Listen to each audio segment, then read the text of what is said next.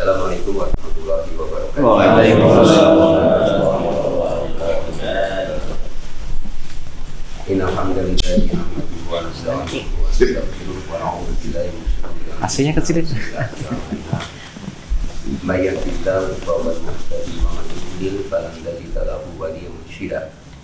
Asyhadu an la ilaha illallah wa asyhadu anna Muhammadan abduhu wa rasuluh. Allahumma shalli wa sallim wa barik ala sayyidina Muhammadin wa ala alihi wa sahbihi wasallam ajma'in walhamdulillahi rabbil alamin.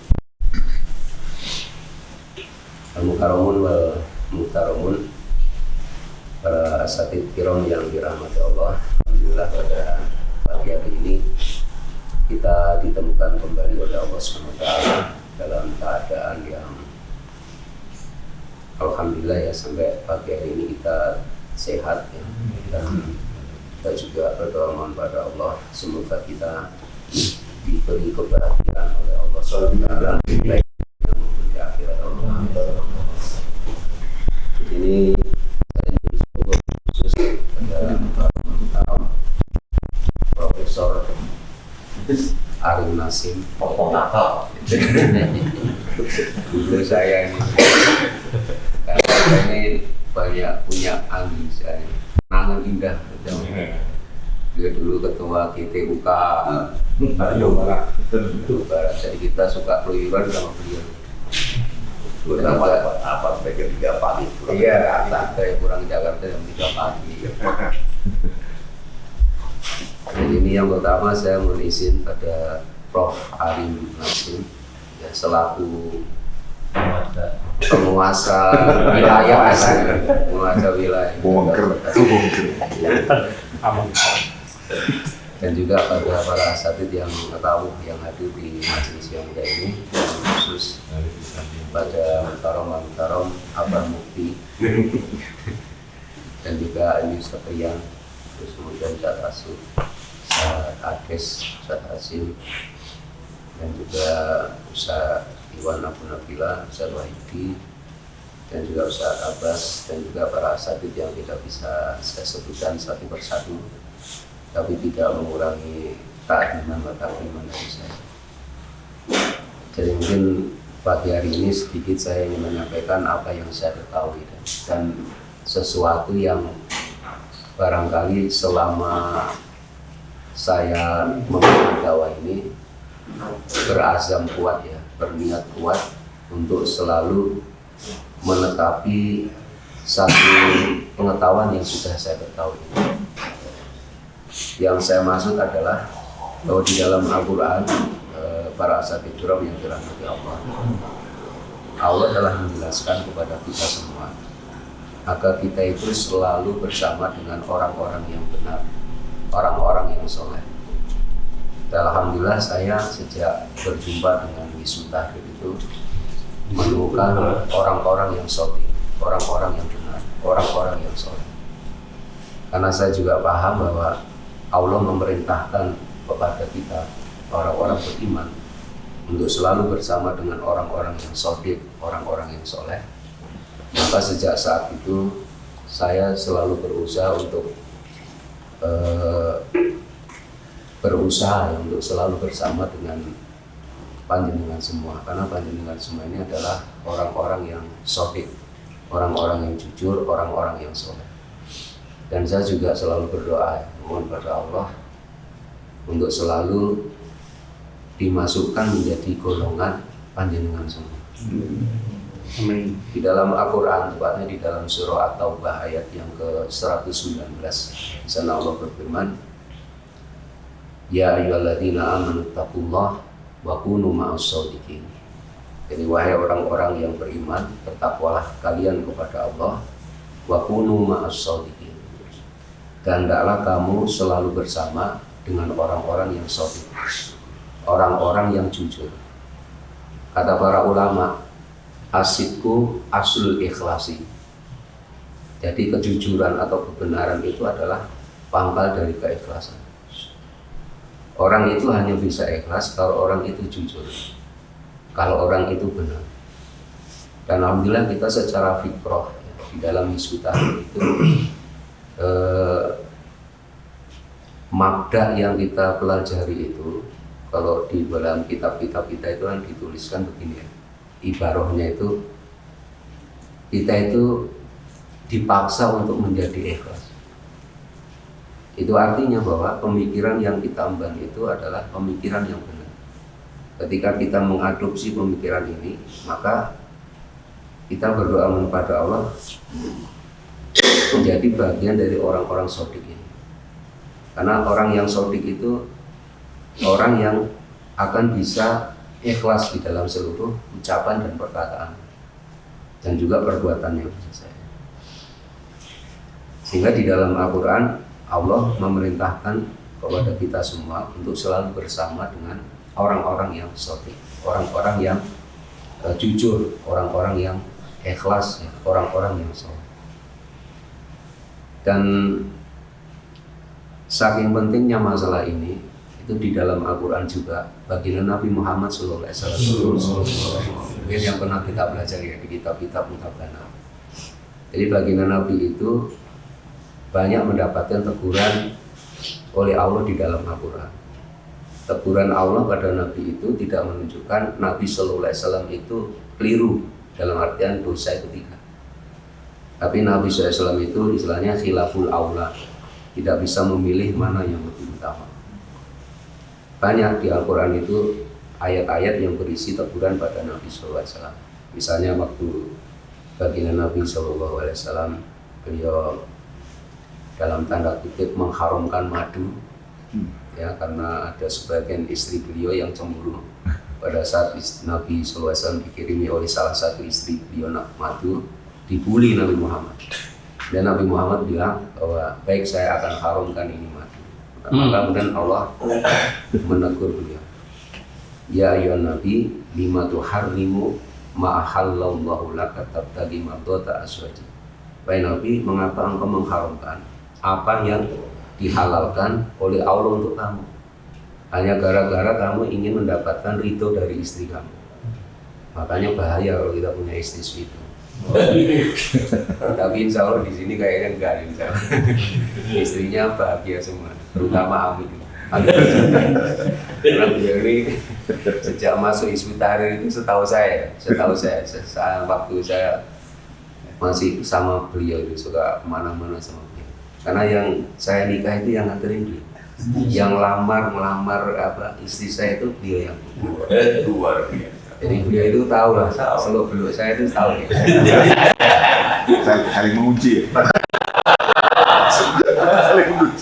Perjalanan asmara itu tahu. Tapi saya juga tahu dia itu suka diteleponin. Karena beliau itu ngamuk, udah ngapain lu nelpon mulu sih, udah gitu. Teleponin mulu gitu. Dan beliau itu beliau bilang gitu. Jadi saya itu sejak sebelum masuk Hizbut Tahrir, saya keluyuran kemana-mana aja nggak ada yang nelpon, nggak ditelepon kami istri saya. Begitu saya masuk Hizbut Tahrir, saya suka ditelepon. Karena sudah belajar nih istimewa. Mahal.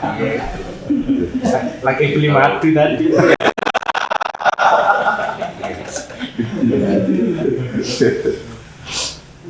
Itu dan Nabi waktu beliau mengizinkan orang-orang munafik ya untuk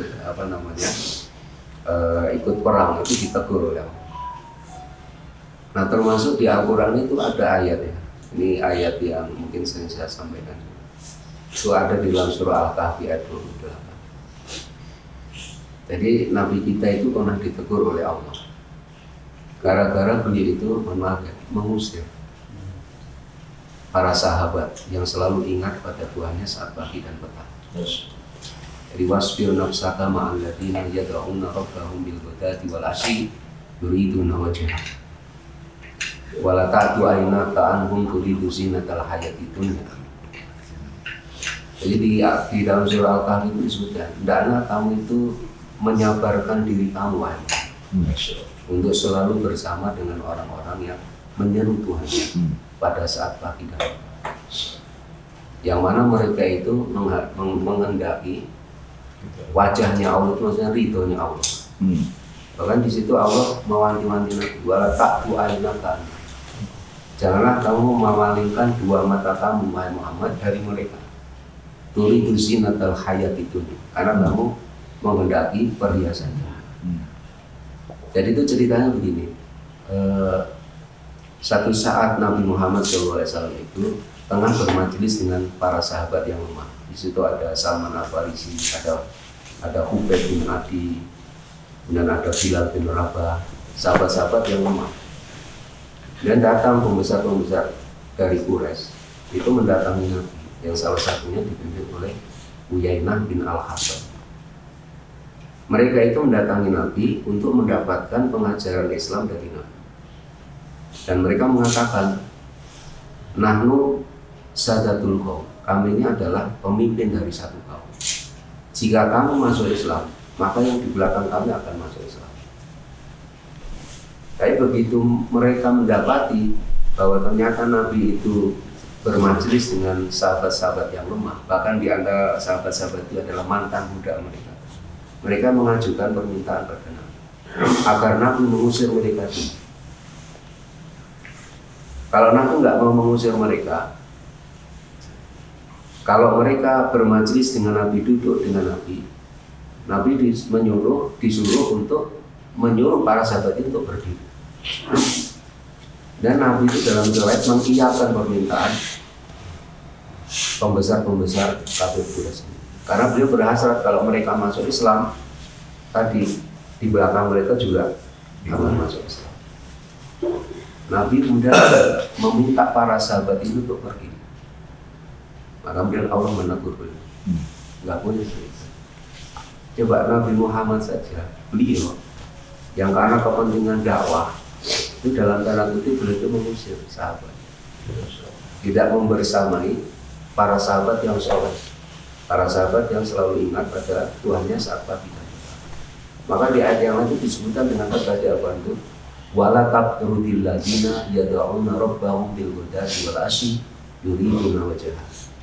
Wahai Muhammad, kamu jangan usir orang-orang yang selalu mengingat Tuhannya saat pagi dan petang.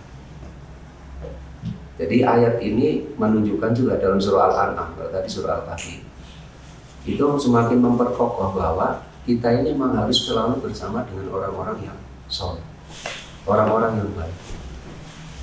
Walaupun orang-orang itu taruhlah dianggap lemah. Kalau kita sudah dapat orang seperti itu, dikondeli saja, dipegang betul. Iya, hadis itu dipegang atau dikondeli, dicekeli gitu. Digegepan. Ya, Dipuntangan. Iya. Kopi puntang. Iya. Rangkul. Karena memang orang soleh itu kalau jenengan sudah ketemu orang soleh, bagi orang soleh ini semuanya soleh, kayak Amin ini kan soleh semua. Harus dikondeli. Jangan jenengan sampai keluar dari, termasuk jangan sampai keluar dari sultan. Ya jenengan masuk di sultan biasa, waliullah konflik itu nggak masalah. Waliullah saling mengkritik nggak masalah. Waliullah itu bisa saling berperang di Al-Quran. Ya, wa in ta'ifatani minal mu'minina iqtatalu wa aslihu bainahum. Jika dua kelompok orang mukmin berperang, damaikanlah keduanya. Kata para ulama, ayat itu menunjukkan pada kita mungkinnya para waliullah itu berperang. Sama-sama waliullah itu bisa berperang. Para sahabat itu kan waliullah semua. Jenengan juga bersani, para sahabat itu ternyata juga berperang sampai terbunuh. Ada di antara mereka yang terbunuh. Tapi jenengan jangan sampai istilahnya keluar dari barisan dakwah. Jangan, karena ini dipenuhi orang-orang yang soleh. Apalagi pemikiran orang soleh ini, yakni Syekh Taqiyuddin An-Nabhani itu adalah pemikiran yang benar. Kalau jenengan punya pemikiran yang benar, insya Allah jenengan jadi ikhlas. Nah, ikhlas itu puncak dari apa istilahnya? Ya semua orang yang hendak mendaki ketinggian. Itu keikhlasan. Ya. Dan di makolahnya seperti Gunung Al-Misri kan dia mengatakan an-nasu bulughul mauta ila ulama. Manusia itu hakikatnya semua mati kecuali para ulama.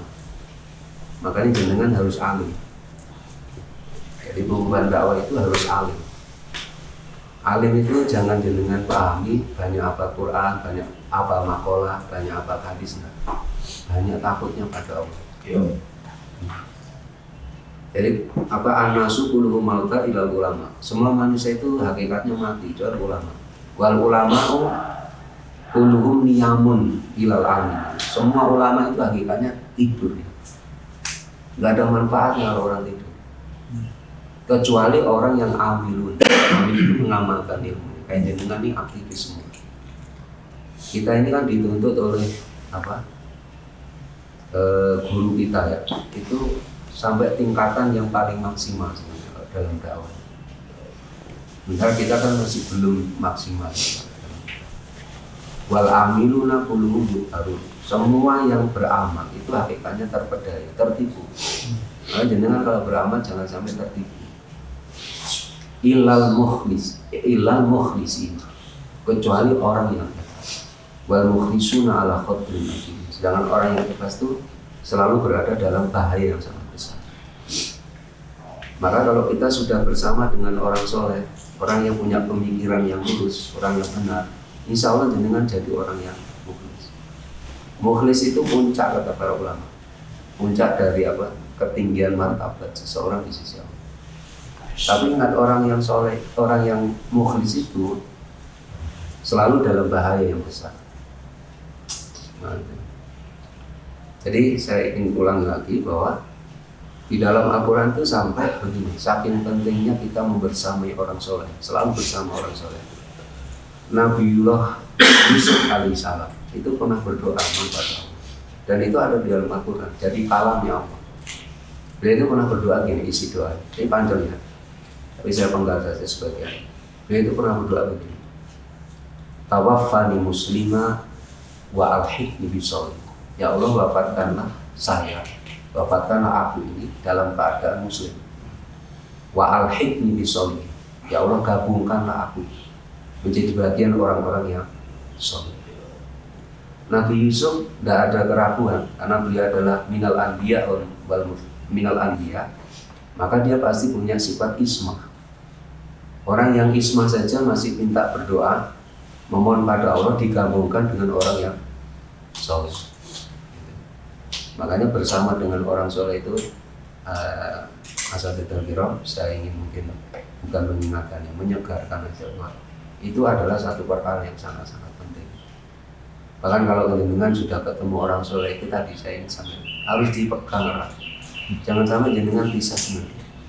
Atau walaupun misalnya begini, orang soleh itu kan ada salahnya juga.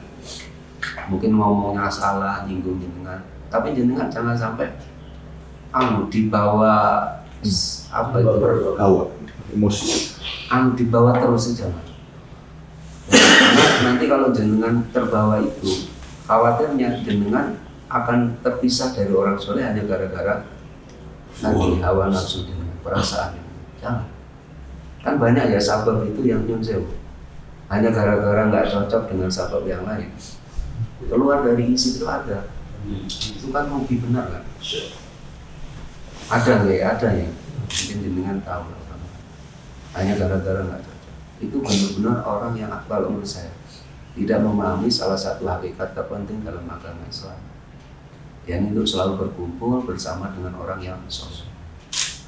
Dan di Al-Quran itu ada ayat yang berisi penyesalan. Di akhirat itu ada dalam surah Al-Furqan. Dengan bisa baca dalam surah Al-Furqan. Yauma ya'addu dhalimu 'ala yadayhi yaqul. Pada saat satu hari, yakni di hari kiamat, ketika orang-orang yang dolim itu dalam keadaan menggigit kedua tangan. Maksudnya dia itu dalam keadaan nyesel banget. Kemudian dia berkata, ya laitani takhadtu ma'a rasuli sabila. Alangkah baiknya dulu kami di dunia itu bersama dengan Rasul.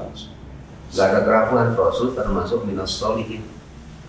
Berarti di dunia dia tidak bersama dengan Rasul. Dia tidak bersama dengan orang-orang yang mengikuti Rasul dari kalangan orang soleh. Ya wailata laitani takhadtu lam atakhid fulanan khalila. aduhai celakalah yang sangat besar. Ya wailata laitan lam attakhid fulanan khalila. Seandainya dulu kami di dunia tidak menjadikan fulan itu sebagai khalil saya, sebagai teman akrab saya. Jadi gara-gara berteman itu, Mukarramun sekali. Salah dengan salah memilih teman itu bisa berakibat di akhirat itu jadi penyesalan yang sangat besar. Makanya kalau kita berteman harus dipastikan orang-orang yang soleh.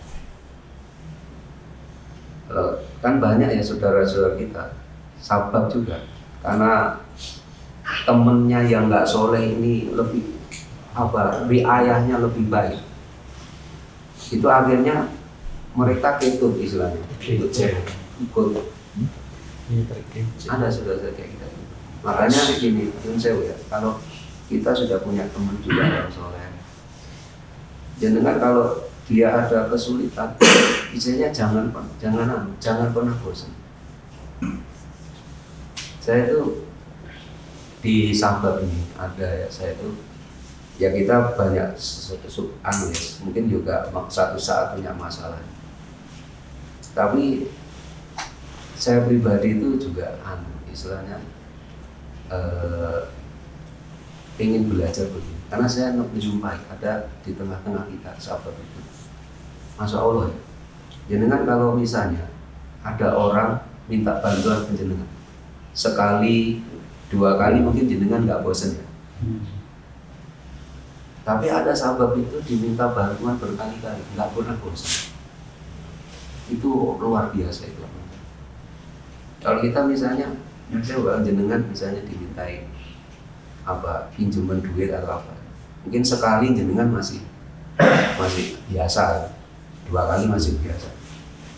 Tapi kalau jenengan direpoti terus oleh orang-orang baik, tapi jenengan nggak bosan, itu jenengan hebat. Saya pun juga demikian, walaupun saya juga repot ya, tapi kalau saya direpoti nggak pernah bosan dah. Saya berusaha seperti itu juga. Ya sebisa mungkin. Jadi jangan sampai kalau saudara kita minta bantuan itu, ya istilahnya itu, jenengan bosan ya, jangan. Karena saya juga jumpai di Sabah itu ada orang-orang seperti itu. Ya kita doakan ya beliau ini terus dalam keadaan seperti itu, limpahan rezeki yang melimpah. Jadi itu. Kemudian juga tadi di dalam surah Al-Munafiqun itu disebutkan bahwa di antara penyesalan orang-orang di akhirat itu, doanya itu kan wa asaddaqa wa akum minas sholihin. Jadi kalau seandainya ya orang yang di akhirat itu boleh meminta kepada Allah dihidupkan kembali di dunia, maka dia akan begini permintaannya itu, saya akan bersedekah dan saya akan menjadi orang-orang yang soleh. Coba dengan bayangkan di Al-Quran itu seperti itu. Jadi orang soleh dan selalu bersama dengan orang soleh itu adalah tabiatnya para anbiya wal mursalin, tabiatnya wali-walinya Allah SWT. Kalian jenengan gak pernah bosan. Nabi kita Nabi Muhammad itu gak pernah bosan bersama dengan para sahabat. Dan beliau dijaga oleh Allah untuk selalu bersama dengan mereka. Jadi kita berdoa supaya kita ada perkumpulan banyak, karena kita lagi istilahnya itu disayang oleh Allah ya. Kita di backdown, maka sekarang kita salah satunya adalah kop batin ini gitu. Nah jadi ini semoga menjadi kumpulan yang bisa mewadahi orang-orang yang Amin. Amin. Ini aja yang bisa saya sampaikan. Kita ke Buya Abbas.